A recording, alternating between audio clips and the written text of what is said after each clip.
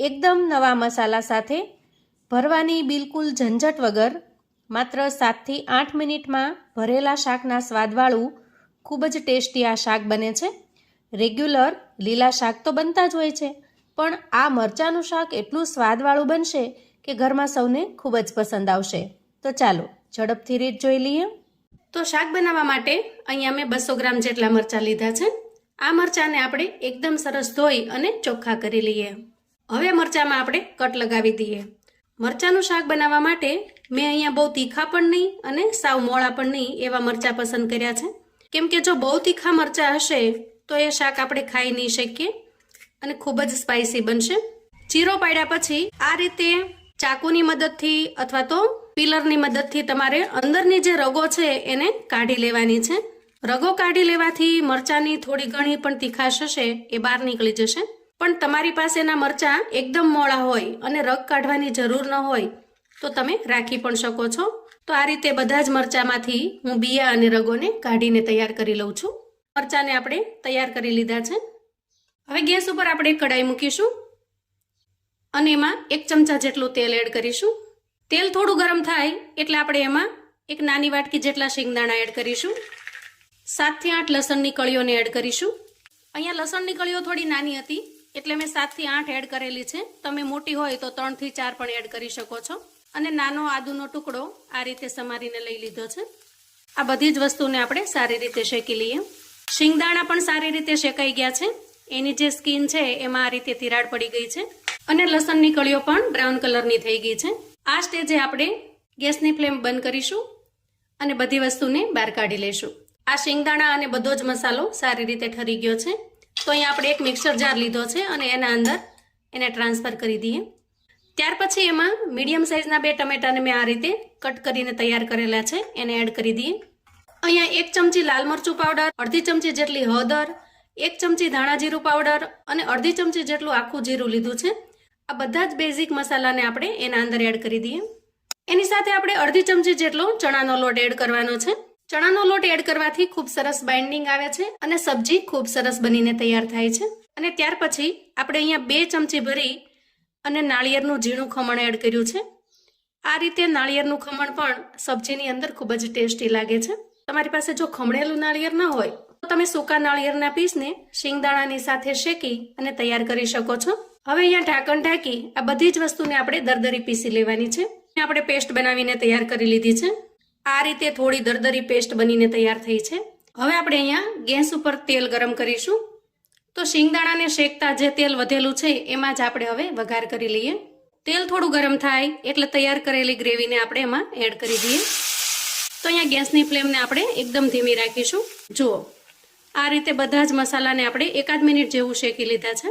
હવે આપણે એક નાની વાટકી જેટલું દહીં એડ કરીશું.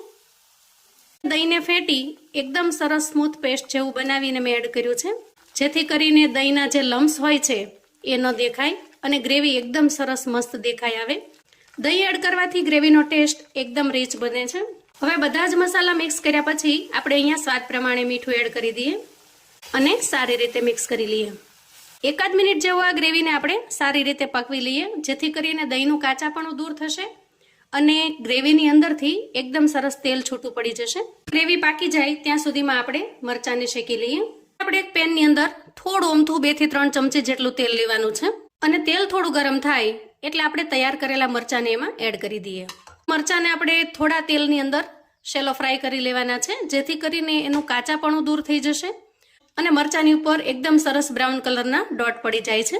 વધારે પડતા બળી ન જાય એ રીતે આપણે શેલો ફ્રાય કરી લેવાના છે. અહીંયા એકદમ સરસ ગોલ્ડન કલરના ડોટ થઈ ગયા છે. આ રીતે ડોટ થઈ જાય પછી આપણે ગેસની ફ્લેમને બંધ કરી દેવાની છે અને મરચાંને ઠંડા થવા દેવાના છે.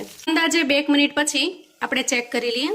જુઓ અહીંયા ગ્રેવી ઉપર એકદમ સરસ તેલ છૂટું પડી ગયું છે અને આપણે એડ કરેલું દહીં પણ સારી રીતે મિક્સ થઈ ગયું છે.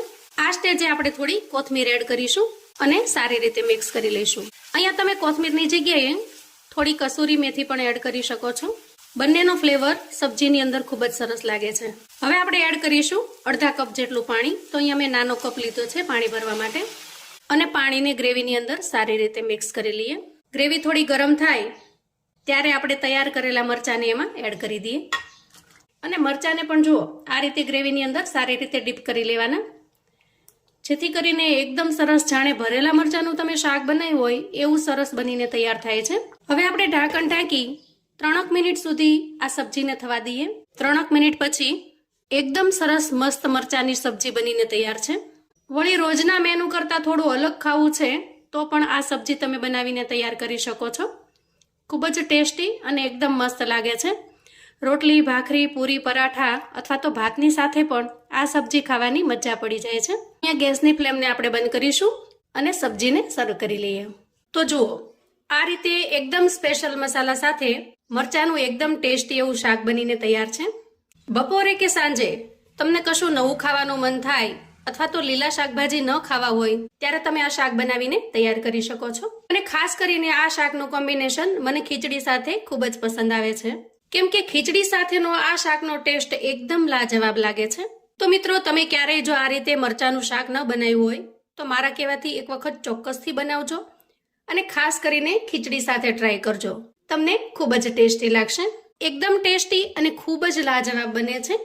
હવે મરચાંનું ટેસ્ટી શાક બનાવવાની એક બીજી ખૂબ ઝડપી રીત પણ તમને બતાવી દઉં, જેમાં તમને શાકમાં આખા મરચાં ન ફાવે તો પીસ કરીને એકદમ ઝડપથી બની જશે અને સ્વાદ તો લાજવાબ. ગુજરાતી જમવાની થાળી મરચાં વગર સાવ અધૂરી છે. સવારનું હોય કે સાંજનું જમવાનું આપણે કોઈને કોઈ રીતે મરચાંનો ઉપયોગ કરતા હોઈએ છીએ, જેમ કે ભરેલા મરચાં, આથેલા મરચાં, સાદા તળેલા મરચાં અને શેકેલા મરચાં. કોઈને કોઈ રીતે આપણે સવાર કે સાંજના ભોજનમાં મરચાંનો ઉપયોગ કરતા હોઈએ છીએ. આજે આપણે પણ એકદમ ટેસ્ટી એવું મરચાંનું શાક બનાવીને તૈયાર કરીશું.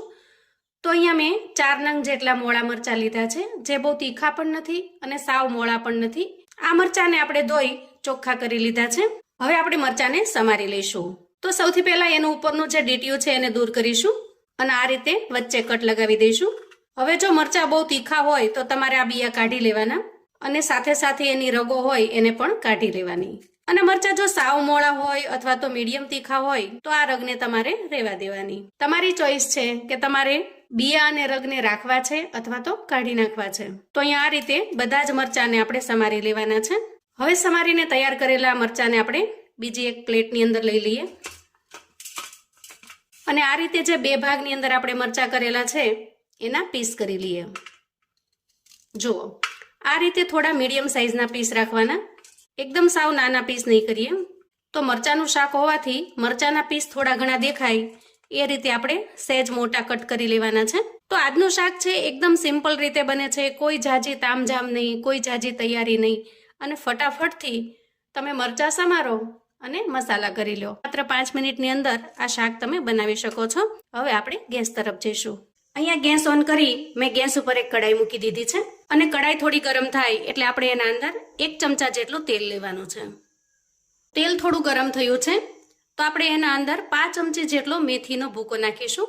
એટલે કે મેથીના જે કુરિયા હોય છે એ, અથવા તો મેથી ખાંડેલી હોય તો તમે એને પણ યુઝ કરી શકો છો. અને આ મરચાંના શાકની અંદર મેથીના કુરિયા અથવા તો મેથીનો ટેસ્ટ ખૂબ જ સરસ લાગે છે. અડધી ચમચી જેટલી આપણે રાઈ એડ કરીશું. થોડી અમથી ચપટી જેટલી હિંગ એડ કરીશું. હવે જ્યારે રાઈ ફૂટવા લાગે ત્યારે આપણે 1 ચમચી જેટલી લસણની પેસ્ટ બનાવેલી છે એને એડ કરીશું અને સારી રીતે મિક્સ કરી લઈશું, જેથી કરીને લસણનું કાચાપણું દૂર થઈ જશે અને તેલની અંદર સતળાયેલું જે લસણ છે એનો ટેસ્ટ ખૂબ જ સરસ બનીને તૈયાર થશે. ત્યાર પછી મરચાં અને આદુની મેં પેસ્ટ બનાવેલી છે અધકચરી, એને એડ કરીશું અને સારી રીતે મિક્સ કરી લઈશું. હવે જુઓ એક મીડિયમ સાઈઝની ડુંગળીને મેં અહીંયા એકદમ ઝીણી સમારી લીધી છે તો એને પણ એડ કરી દઈએ. તમે જો લસણ અને ડુંગળી ન ખાતા હો તો એ બંનેને સ્કીપ કરી શકો છો. ડુંગળીને આપણે થોડી ઘણી અહીંયા ફ્રાય કરી લેવાની. મીઠા લીમડાના 2-3 પાનને મેં આ રીતે ઝીણા સમારી લીધા છે, એને ઉમેરીશું. અને એક ટમેટું મીડિયમ સાઈઝનું જેને મેં ઝીણું ઝીણું કટ કરી લીધું છે, એકદમ ઝીણા પીસની અંદર મેં સમારી લીધું છે, એને ઉમેરીશું અને સારી રીતે મિક્સ કરી લઈશું. ટમેટાને આપણે આ રીતે સ્પેચ્યુલાની મદદથી થોડા દબાવીશું. ચડી જશે એટલે એકદમ સરસ સારી રીતે મેશ થઈ જશે અને થોડું પ્યુરી ટાઈપ બની જશે. હવે આ રીતે ટમેટા અને ડુંગળી સરસ મિક્સ થઈ જાય એ સમયે આપણે 2 ચમચી જેટલો ચણાનો લોટ એડ કરીશું. હવે આપણે મસાલા કરી લઈશું. તો સ્વાદ પ્રમાણે મીઠું એડ કરીશું, 1 ચમચી ધાણા જીરું પાવડર એડ કરીશું, 5 ચમચી હળદર ઉમેરીશું અને 1 ચમચી કાશ્મીરી લાલ મરચું પાવડર એડ કરીશું અને સારી રીતે મિક્સ કરી લઈશું. તો કાશ્મીરી લાલ મરચું છે એમાં તીખાશ હોતી નથી, એનાથી માત્ર ખૂબ સરસ કલર આવે છે. તમારે જો વધારે સ્પાઇસી બનાવવું હોય તો જે રેગ્યુલર મરચું છે એને પણ થોડું ઉમેરી દેવાનું. અહીંયા તમારે મરચાં કેટલા મોળા છે કેટલા તીખા છે એ પ્રમાણે સ્પાઇસી બનાવવાનું. હવે જુઓ, સૂકા મસાલા સારી રીતે મિક્સ થઈ ગયા છે અને થોડીવાર તેલની અંદર ફ્રાય થવાથી સારી રીતે ચડી પણ ગયા છે. આ સ્ટેજે આપણે 2 ચમચી જેટલો શિંગદાણાનો ભૂકો ઉમેરીશું અને 1 ચમચી જેટલા અધકચરા ખાંડેલા તલ પણ એડ કરીશું. આપણે શાકનો ટેસ્ટ એકદમ સરસ ખાટો મીઠો બનાવવાનો છે, તો અહીંયા થોડું અમથું હું ગોળ ઉમેરું છું. અને હવે આ બધા જ મસાલાને આપણે મિક્સ કરી લેવાના છે. બધા જ મસાલા મિક્સ થઈ જાય એટલે આપણે સમારીને તૈયાર કરેલા મરચાં અંદર ઉમેરીશું અને મસાલાની અંદર મરચાંને સારી રીતે મિક્સ કરી લઈશું. આ મરચાં કાચા છે અને એને આપણે સરસ રીતે શાકની અંદર મિક્સ કરી લેવાના છે. આ સ્ટેજે આપણે અડધી વાટકી જેટલું પાણી ઉમેરવાનું છે અને સારી રીતે મિક્સ કરી લેવાનું છે. પાણી ઉમેરવાથી આજુબાજુનો બધો જ મસાલો એના અંદર સારી રીતે મિક્સ થઈ જશે. બધું જ સારી રીતે મિક્સ થઈ જાય એટલે આપણે થોડીવાર માટે ઢાંકણ ઢાંકીશું અને અંદાજે 2 મિનિટ સુધી ગ્રેવીની અંદર ચાને ચડવા દેશું. તો 2 મિનિટ પછી આપણે શાકને ચેક કરી લઈએ. જુઓ, મરચાં એકદમ સરસ સોફ્ટ થઈ ગયા છે અને ગ્રેવી પણ એકદમ સરસ ઘટ્ટ બની ગઈ છે. હજી આપણે 1-8 મિનિટ સુધી શાકને ચડવા દઈશું. હવે આપણે ઢાંકણ ખોલી અને ચેક કરી લઈએ. વાહ, જુઓ, અહીંયા એકદમ સરસ ગ્રેવી ઉપર તેલ છૂટું પડી ગયું છે અને શાક ખૂબ સરસ રીતે ચડી પણ ગયું છે. આ સ્ટેજે આપણે અડધા લીંબુનો રસ એડ કરીશું. એનાથી શાકનો ટેસ્ટ એકદમ સરસ ખાટો મીઠો બનશે અને સારી રીતે મિક્સ કરી લઈએ. નાના મોટા સૌને આ શાક ખરેખર ખૂબ જ પસંદ આવશે. હવે આપણે એડ કરીશું સમારેલી ઝીણી કોથમીરને અને કોથમીરને સારી રીતે મિક્સ કરી લઈશું. અહીંયા તમે જુઓ, ગ્રેવીમાંથી તેલ એકદમ સરસ છૂટું પડી ગયું છે અને બધા જ મસાલા સારી રીતે મિક્સ થઈ ગયા છે. આ શાકનો ટેસ્ટ ખૂબ જ અમેઝિંગ આવે છે. ખટાશ માટે તમે લીંબુના રસની જગ્યાએ થોડો આમચૂર પાવડર પણ એડ કરી શકો છો.